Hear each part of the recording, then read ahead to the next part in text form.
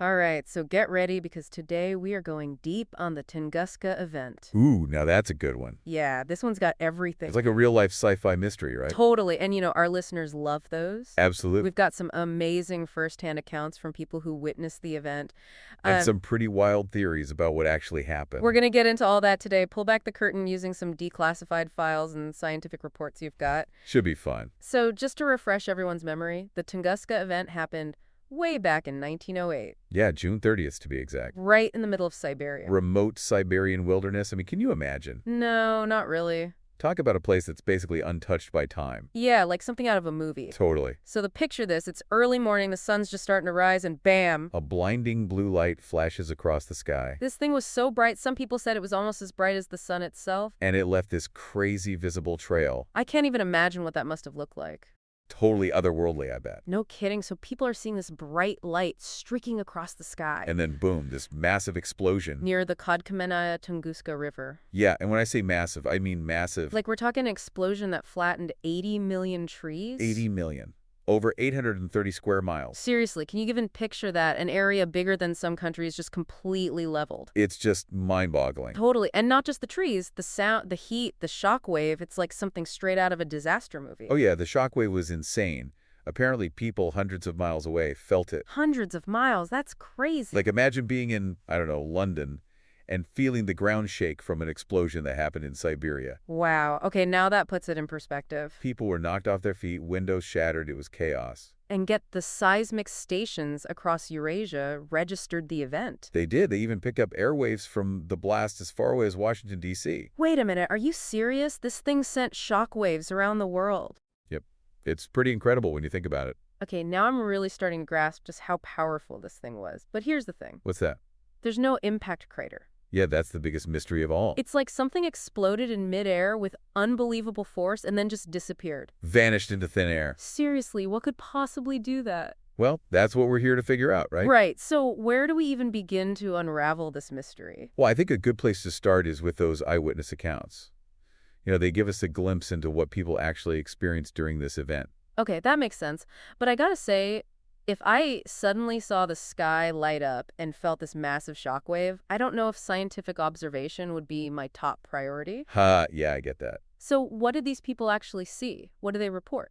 Well, there's some pretty vivid descriptions out there. One guy, S. Semenov, described the sky splitting open, feeling this intense heat like his shirt was on fire. Oh, wow. Yeah, and he said he was thrown like several meters by the shockwave. That's terrifying. And there's another account from an Evenki native named Tuchan. Okay. He described being thrown into a fire by the blast and seeing a second sun so bright it hurt his eyes. Geez, a second sun. These accounts paint a pretty crazy picture of the chaos and terror that must have happened. It makes you wonder, what would you think if you saw that? Would you think it was the end of the world? Seriously, right? Especially back then with no internet or anything to explain what was going on. Okay, but you mentioned that these eyewitness accounts are important for scientists. They are. They are because they provide that human element to this huge scientific puzzle. Right, because at the end of the day, this was a real event that impacted real people. Exactly. But as dramatic as these first-hand accounts are, they didn't really give scientists much to go on in terms of a concrete explanation. It's like having pieces of a puzzle, but no picture on the box. I see. So they had these crazy stories, but no real way to make sense of them scientifically. Exactly. And you have to remember, this was remote Siberia. Due to some political turmoil in Russia at the time, the first real scientific expedition didn't set out to investigate until 1921. Wait a minute, 1921? Yeah. That's like more than a decade later. It is. So they're going into this vast, untouched wilderness years after the event, expecting to find what exactly, if there's no crater, what are they looking for? Well, this expedition was led by a guy named Leonid Kulik, and he was absolutely convinced that he would find a giant meteorite crater. He was expecting to find evidence of this massive metallic meteorite that had smashed into the Earth. Okay, I see. And what did he find? Well, he found something even stranger than a giant crater. All right, now I'm hooked. What did he find? He found that really strange butterfly pattern of flattened trees. The one we talked about earlier. Yep. Imagine a giant hand pushing down on the trees from directly above, radiating outward. At the epicenter, the trees were scorched and stripped bare, but still standing upright. Okay, that's bizarre. It sounds almost like a work of art, but a terrifying one. It is pretty eerie when you think about it. No crater, but millions of trees flattened in this strange pattern. So what did Kulik make of all this? Was he totally baffled? Absolutely baffled. But he was also determined. He did find some pothole bogs that he thought might be craters, but later investigations ruled that out. So a dead end. Pretty much. It wasn't until later expeditions in the 1950s and 60s that some real clues started to emerge. Okay, so now we're talking decades into the investigation. What kind of clues did they find? Did they finally get a piece of the, well, whatever hit us? Not a large piece, but they found something incredible nonetheless. Okay, don't leave me hanging. What did they find? Microscopic spheres, tiny metallic balls embedded in the soil and tree resin. Microscopic spheres. Yeah, and when they analyzed these spheres, they found something that really pointed towards an extraterrestrial origin. Okay, spill it. What did they find? These spheres contain really high levels of nickel compared to iron. And what does that tell us? Well, that kind of composition is found in meteorites. A lot of them, anyway. Oh, okay, so we've got an explosion in the atmosphere, flattened trees, strange metallic spheres, and still no impact crater. Right. This is getting good. It's like a real-life scientific thriller. Are you telling me it gets even better? Oh, it gets better.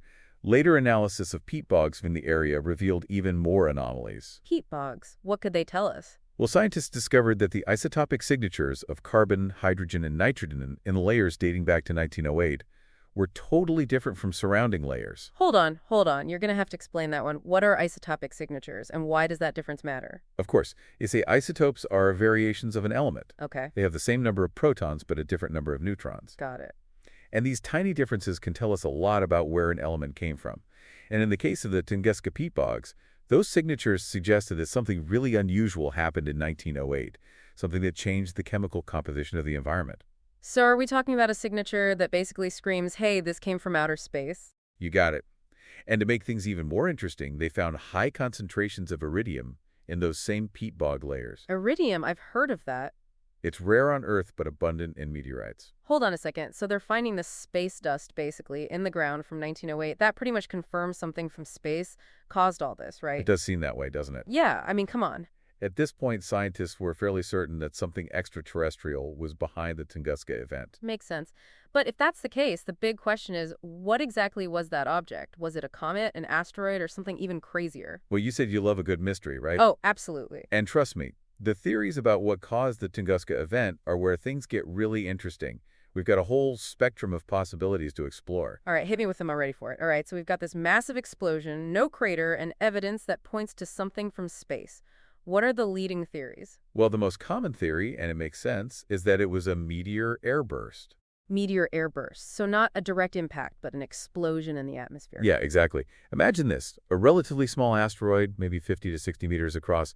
Think about the size of a football field. Okay, got it. Now, this asteroid enters the Earth atmosphere, but it's moving incredibly fast. Okay. The friction generates intense heat, and that builds up this huge pressure inside the object, and then, well, boom, it explodes before it ever hits the ground. Okay, that would explain why there's no crater. But something that small, could it really cause that much damage? We're talking about 80 million trees, shock waves felt for hundreds of miles. It's hard to grasp, right?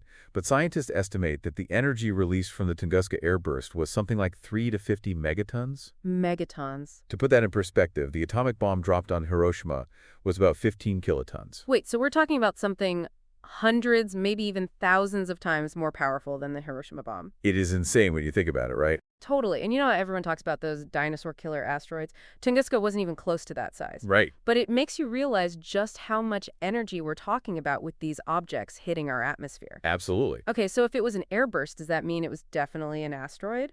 What about that comet theory? I've heard people talk about that too. Oh yeah, the whole comet versus asteroid debate, it's been going on for ages. Comets are those icy, dusty snowballs, and asteroids are mainly rock and metal. And initially, lots of scientists thought a comet was the most likely culprit for Tunguska. Why a comet? Because they're made of ice, so they would just vaporize. Exactly. If a comet exploded in the atmosphere, there probably wouldn't be much debris left behind. Plus, do you remember how people saw those bright nights across Europe for days after the event? Yeah, we mentioned that earlier. Some scientists thought those were caused by ice and dust from the comet's tail, scattering in the atmosphere, reflecting sunlight. Okay, that does make sense. So what shifted the thinking toward the asteroid theory? Well, those microscopic spheres we talked about earlier, those played a big part. The metallic composition, how the debris was scattered, it all seemed to point towards a rocky object rather than a comet. So an asteroid makes more sense, but wouldn't an asteroid that big have left some kind of crater, even if it exploded in the air? You know, that's a great question, and it's something scientists have gone back and forth on for years. It's possible that the asteroid exploded high enough that the fragments were small enough to burn up completely before they hit the ground. Okay, I guess that's possible. Or maybe the ground was soft enough to absorb the impact without leaving a distinct crater. So we're still not 100% sure if it was an asteroid. Not totally. And there are some scientists who still like the comet theory, but with a bit of a twist. A twist. What kind of twist? They suggest that it might have been an extinct comet. Extinct comet. Now that's something I haven't heard before. What does that even mean? So it's basically a comet that's lost most of its ices from traveling around the sun over and over again. What's left is this stony, almost asteroid-like core that would act more like a rocky object if it hit the atmosphere. So kind of a hybrid between a comet and an asteroid. That's interesting. So we've got asteroid airburst, a maybe extinct comet airburst. Are there any other theories for how this thing exploded in midair? There is one more, and it's a little out there. It's called the glancing impact hypothesis. Glancing impact. That sounds intense. What's that about? In 2020, some scientists in Russia proposed this idea that the Tunguska object was actually a big iron asteroid. Okay. They said it entered the atmosphere at a really shallow angle. So like it came in at a weird angle. Yeah, instead of directly hitting the Earth, they suggested it basically skipped across the upper atmosphere. Like a stone skipping on a pond. That's the idea. They ran some models, and they said this scenario could maybe explain the damage patterns, the lack of a crater, even some of the atmospheric disturbances that happened all over the world. Whoa, hold on. So you're saying that this thing might have just bounced off our atmosphere? It's a possibility, but it's just one theory. There's still no proof that a glancing impact is really what happened. But it is pretty fascinating, isn't it? Definitely. This whole deep dive started as this weird event, and now it's a full-blown scientific mystery. But didn't I mention there were even more out there theories about Tunguska? Oh, yeah. Remember, we still don't have a definite answer, and that leaves room for some creative thinking. Okay, now I'm really intrigued. What are some of those other theories? Well, some people think it was actually a massive natural gas explosion erupting from the Earth's crust, like a giant underground methane bubble igniting and causing the blast. A giant methane bubble? Okay, I hadn't heard that one before. There's also the Vern shot hypothesis, which is like a volcanic eruption that launches rock into the atmosphere, causing the explosion. So a volcano launching projectiles into the sky. I can see how people came up with that one. And then, well, there are even more fringe ideas. Some people believe it was a micro black hole passing through the Earth. A black hole? Or even an alien spaceship. Now you're talking. Alien spaceships. Okay, so which theory do you think is the most likely? Honestly, while those fringe theories are fun to think about, most scientists don't give them too much weight. The extraterrestrial explanations, whether it was an asteroid, an extinct comet, or even that crazy ricochet, those still seem like the most likely scenarios. Okay, so even though we've narrowed it down, there's still so much we don't know. Right, and that's what makes the Tunguska event so interesting. It's this reminder that there are still mysteries out there, even in the 21st century. You know, that's a good place to transition to the final part of our deep dive. We've heard all these amazing theories, and we've looked at the evidence, but what does it all really mean? What's the takeaway from this event? What have we learned? Okay, so we've heard about this crazy event, these incredible eyewitness accounts, and all the investigations that have left scientists puzzled for over a century. And then we got into all these theories, some more believable than others, but all pretty wild. What does it all mean? What have we learned from this whole deep dive into the Tunguska event? Well, I think the main thing to take away from all this is that there's still so much we don't know about the universe, about all these forces out there. It's been over 100 years since Tunguska happened, and we still don't have a definitive answer. We've got a pretty good idea that it was caused by something from space, but the details, what was it exactly? How did it explode like that? Did it disappear completely? Or maybe there's a tiny piece of it somewhere we haven't found yet. It's all still a mystery. Yeah, it really makes you think something so powerful and mysterious could happen, and we're still left with more questions than answers. But we must have learned something in the past 100 years, right? I mean, we're sending probes to Mars, building telescopes that can see galaxies billions of light years away. We're getting closer to understanding events like Tunguska, aren't we? Oh, absolutely. We've come a long way in science and technology since 1908. Remember that Chelyabinsk meteor that exploded over Russia in 2013? It was smaller than Tunguska, but we got it all on video, studied the debris, and learned a lot about how these airbursts actually work. Plus, we're getting better at spotting and tracking those potentially dangerous objects in space. And our ability to analyze even the tiniest bits of evidence is getting better all the time. So, are you saying there's hope that we might actually solve the Tunguska case one day? That we might find that one missing piece of the puzzle that explains it all? I'd say I'm optimistic. There's always new research coming out. Maybe it'll be a new way of looking at the evidence we already have, using some technique we haven't even thought of yet. Or who knows, maybe someone will find a piece of the Tunguska object tucked away somewhere in Siberia. You know, that reminds me earlier we were talking about Lake Cheko. That lake some people think was formed by a fragment of the Tunguska object. Could that be the key, that missing piece that reveals everything? It's definitely possible. Lake Checo has been studied pretty extensively, and there are some things that suggest it could have been formed by an impact, but there's no definitive proof, so the debate goes on. It's like Tunguska itself, another layer of mystery on top of an already mysterious event. This whole conversation has got me wondering, if something like Tunguska happened over a remote area back in 1908, what are the odds of it happening again, maybe over a big city? That's a question that keeps a lot of scientists up at night. It's not a matter of if, but when.